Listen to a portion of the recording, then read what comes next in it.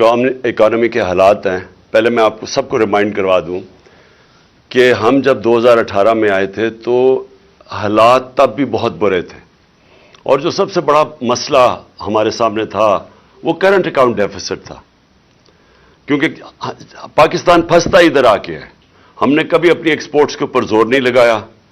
ہمارے سامنے East Asian tigers بنے، چائنا کو ہم نے دیکھا پچھلے 30 سال میں آگے بڑھتے ہوئے. ساروں نے بیسکلی ویلتھ کریشن کی ایکسپورٹس بڑھا کے. یہاں تو میں نے کبھی کسی کو مجھے کبھی کسی نے نہیں بتایا کہ جناب سارے ملک کو ویلتھ کریشن ایکسپورٹس کو بڑھانے کے لیے سارے ملک کو توجہ دینی چاہیے، کیونکہ اگر آپ کی ایکسپورٹس ہی نہیں بڑھیں گی تو یہ جو مرضی آپ کر لیں، جیسے اکانومی گرو کرے گی پھنس جائے گا جا کے کرنٹ اکاؤنٹ آپ کا، اور وہ پھر جب ڈیفیسٹ ہوتا ہے پھر وہ سارا وہ بوم باس سائیکل پھر سے شروع ہو جاتا ہے. تو ہمارا تب بڑا تھا، اور مجھے یاد ہے کہ بڑی مشکلوں سے ہم نے پہلا 1 سال سروائیو کیا. اور مجھے ابھی بھی یاد ہے کہ اگر ہمیں سعودی عربیہ، UAE اور چائنا ہیلپ نہ کرتے تو ہمارے پاس پیسے نہیں تھے اپنی لائبلٹیز دینے کے لیے. تو وہ بڑا ٹائملی انہوں نے ہماری مدد کی، اور اس کے بعد جیسے ہم تھوڑا سٹیبلائز ہو رہے تھے تو پھر کووڈ-19 آ گئی.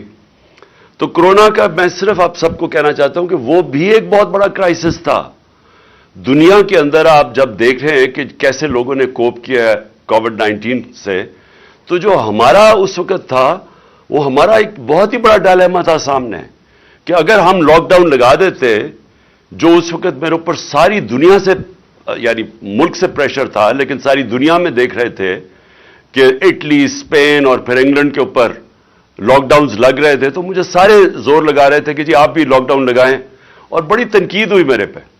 لیکن میرا تو بیسک سوال یہ تھا کہ پہلے ہماری اکانومی ہم نے 1 سال سٹیبلائز کرتے کرتے اس کو بالکل سکویز کر دیا تھا، ہماری گروتھ ریٹ بالکل گر چکی تھی. تو اس کے بعد ہم کووڈ میں اگر شٹ ڈاؤن کر دیتے اپنی اکانومی تو یہاں تو لوگوں نے بھوکے مر جانا تھا. اور پلس کبھی بھی کسی نے مجھے جواب نہیں دیا. میں سب سے پوچھتا تھا کہ دیہڑی دار کا کیا بنے گا جو پیسہ کما کے بچوں کو کھلاتا ہے، تو کسی کے پاس جواب نہیں تھا اس کا. اینی وے وہاں ہم نے بڑے بولڈ فیصلے کیے، اور مجھے بڑا فخر ہے اپنی ساری ٹیم پہ کہ ہم نے بڑے انوویٹو قسم کے فیصلے کیے. میں نے خود پھر وہ جو IMF کی ہیڈ تھی ان کو میں نے خود ٹیلی فون کر کے بڑی مشکل سے کنونس کیا کہ ہمیں جو IMF کا پروگرام ہے اس سے ہمیں آپ کو تھوڑی لیوے دینی پڑے گی، نہیں تو ہمارے یہاں لوگ بھوکے مر جائیں گے. اور اس سے پھر کنونس کر کے ہم نے اپنی ایگریکلچر کے اوپر پوری خاص طور پہ کنسٹرکشن انڈسٹری کے لیے پھر ہم نے ان سے خاص رعایت لی، انسینٹیوز لیے.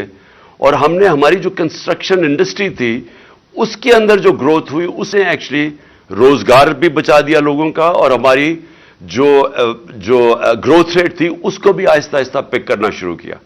اور جو تیسرا اور چوتھا سال تھا اس کے اندر ڈسپائٹ کووڈ ہماری جو مینشن کیا ہوگا 5.7% گروتھ ریٹ تھی، اور جو آخری سال میں 6% تھی.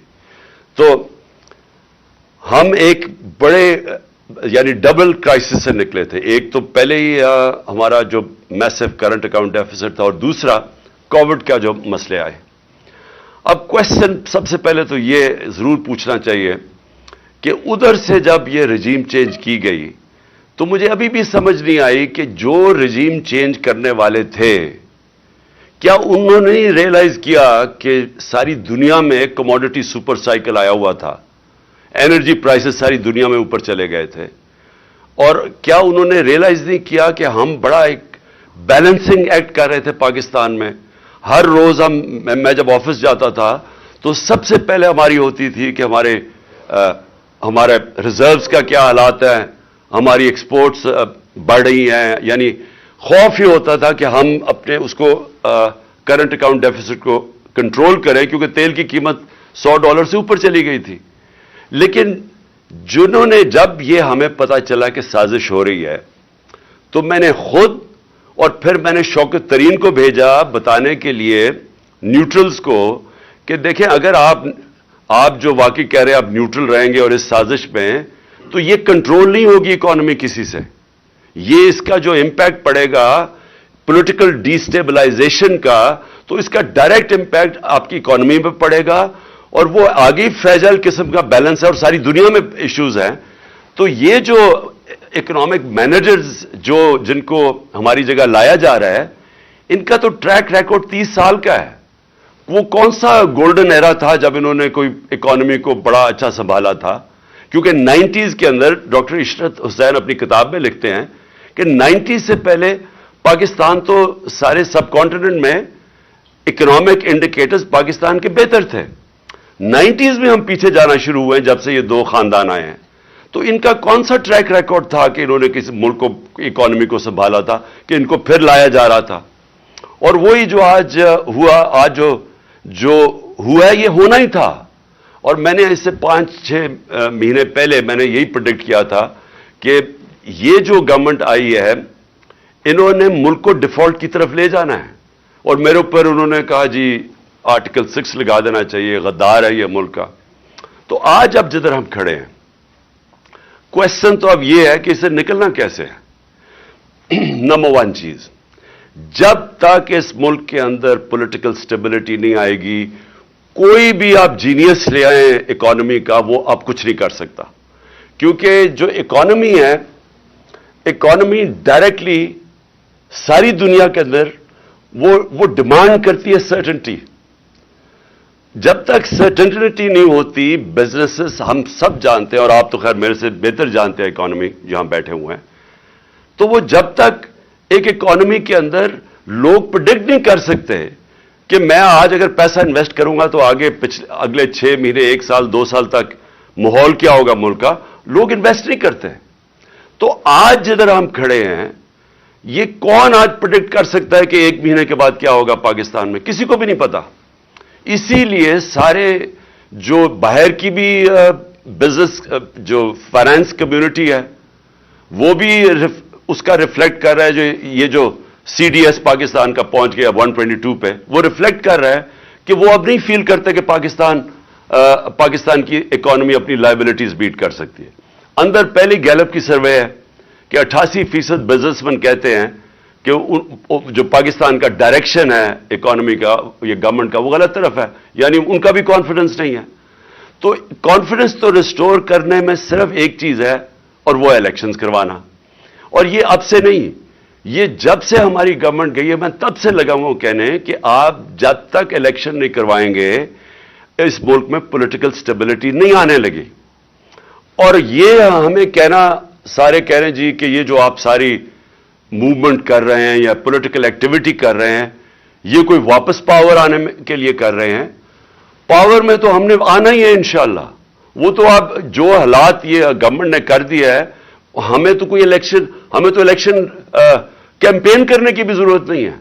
جو اس وقت ملک کا حال ہے، اور جو اکانومی کا حال ہے، جو مہنگائی کا حال ہے، اور جو آج بزنس کمیونٹی جو شاید سمجھتی تھی کہ یہ کچھ کر دیں گے، وہ سب کو اب یہ متفق ہے کہ گورنمنٹ تو اب کچھ نہیں کر سکتی.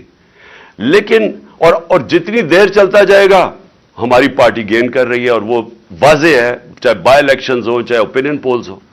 لیکن مجھے جو خوف آ رہا ہے کہ یہ پاکستان کو ادھر لے جائیں گے جدھر یہ سب کے ہاتھ سے باہر نکل جائے گا.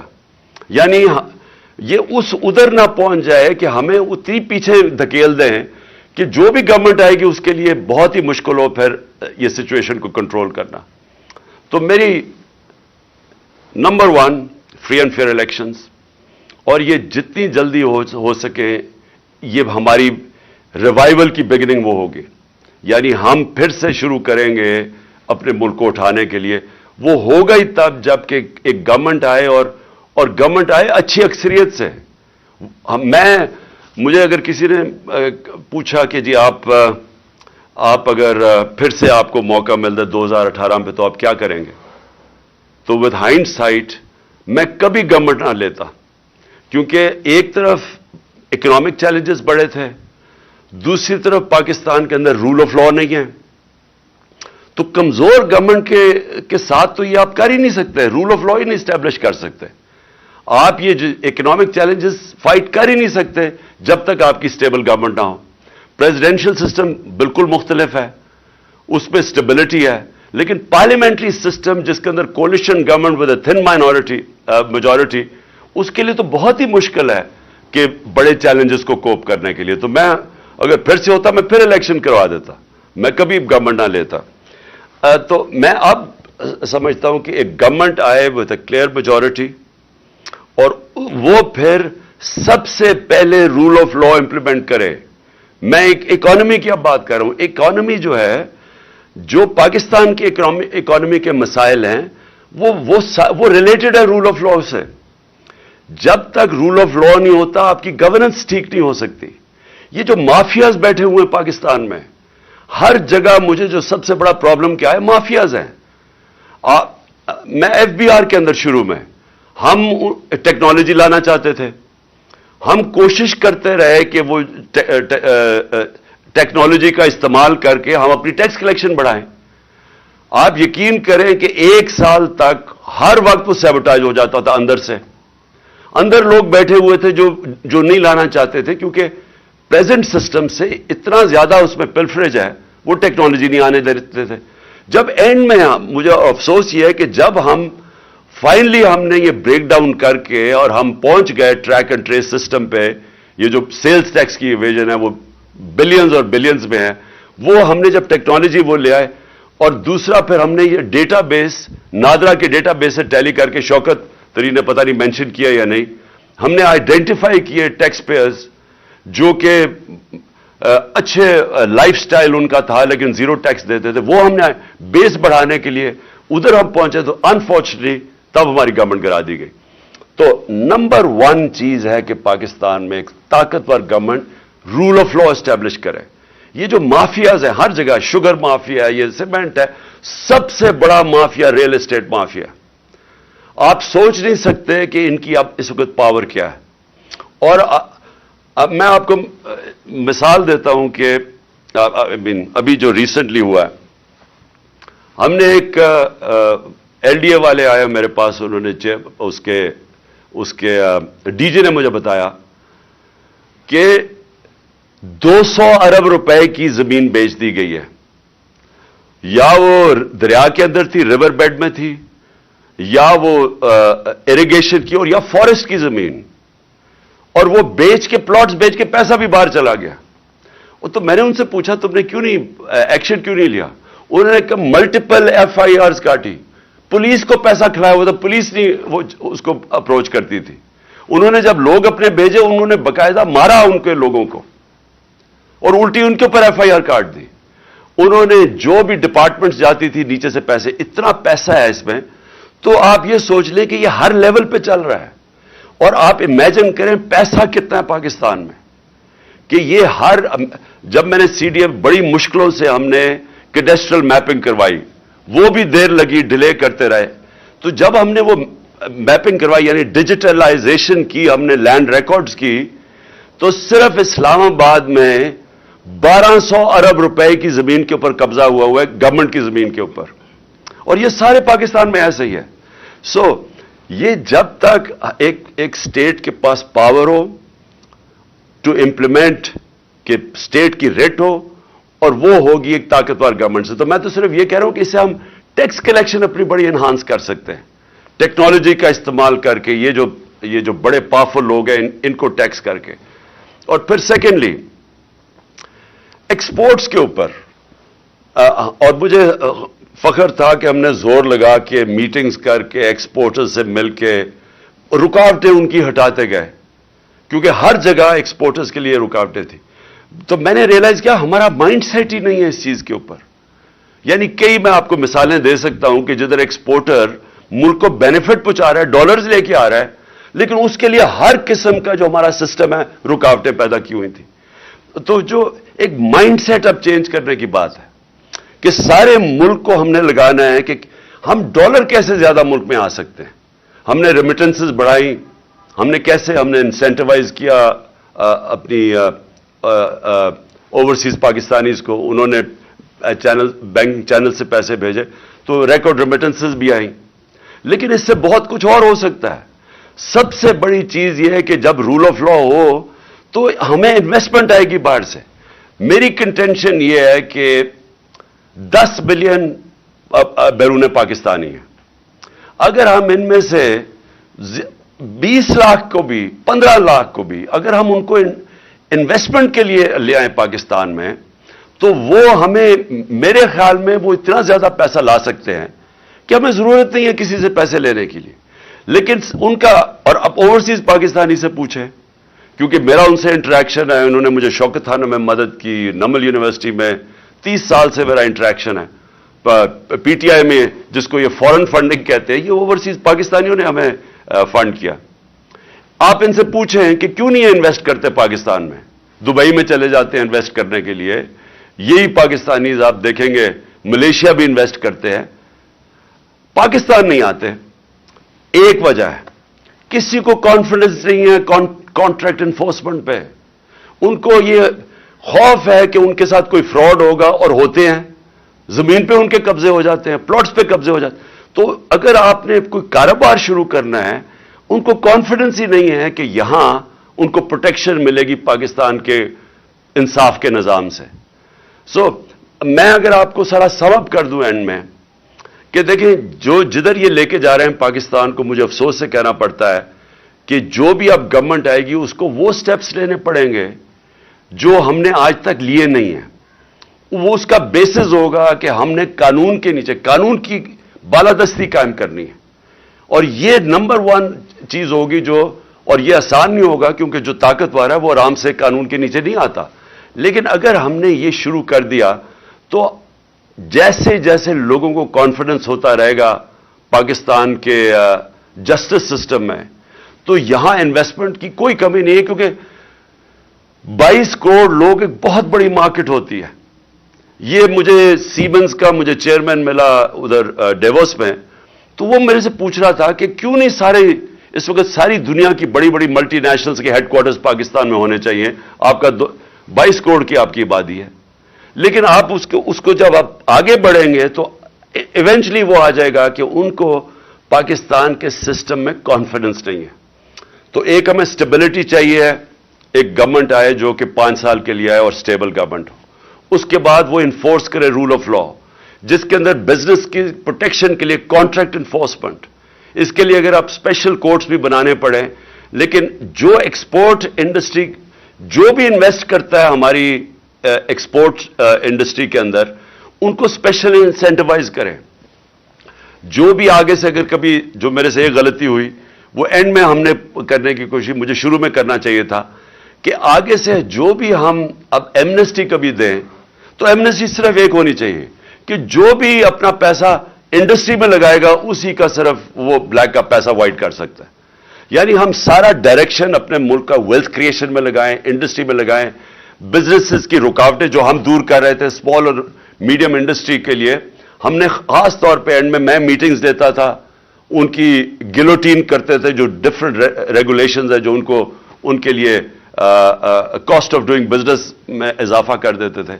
اور میں آخر میں یہ کہنا چاہتا ہوں کہ دیکھیں میرا جتنا بھی یہ 3.5 سال میں نے دیکھا کہ اتنا زیادہ پوٹینشیل ہے یہاں.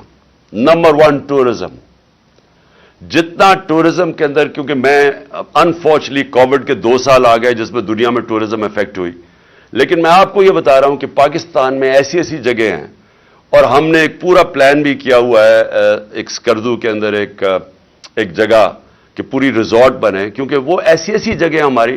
آسٹریا سے میرے پاس ٹورزم کے لوگ آئے, انہوں نے کہا کہ Pakistan could become the next skiing centre in the world, کیونکہ وہ گلوبل وارمنگ سے برفیں پگھلتی ہیں جلدی یورپ کے اندر, تو پاکستان کی ہائٹس اتنی زیادہ. سو ٹورزم ایک ہے, ہر قسم کی ریلیجس ٹورزم ہے, وہ سارا ہمارا جو کوسٹ لائن ہے وہ ساری ورجن ٹیریٹری ہے, اور ماؤنٹن ٹورزم.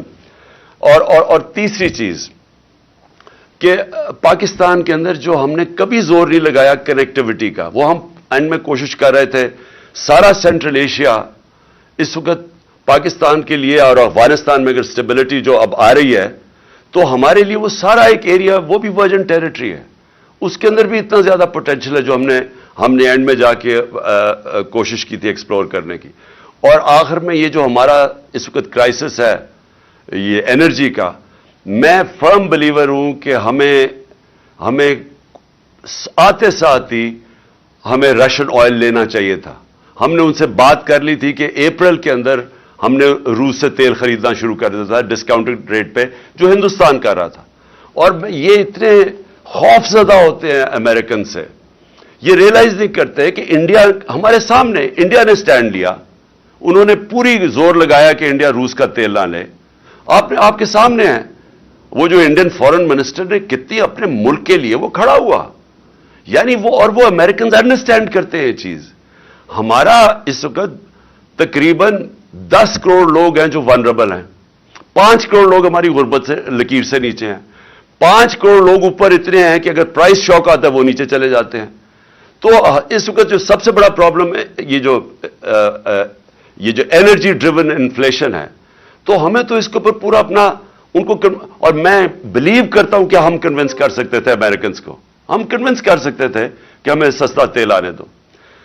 تو فائنلی میں یہ سمجھتا ہوں کہ جو چیلنجز بڑے ہیں پاکستان میں, لیکن میں یہ بھی بلیو کرتا ہوں کہ اگر ہم وہ اب سٹیپس اٹھائیں جو ہم نے ابھی تک نہیں لیے پاکستان میں, ہم نے جو کی ہے, میں پھر سے میری ساری جو زندگی کی سٹڈی ہے دنیا میں کہ امیر اور غریب ملکوں میں فرق ہی ایک ہے.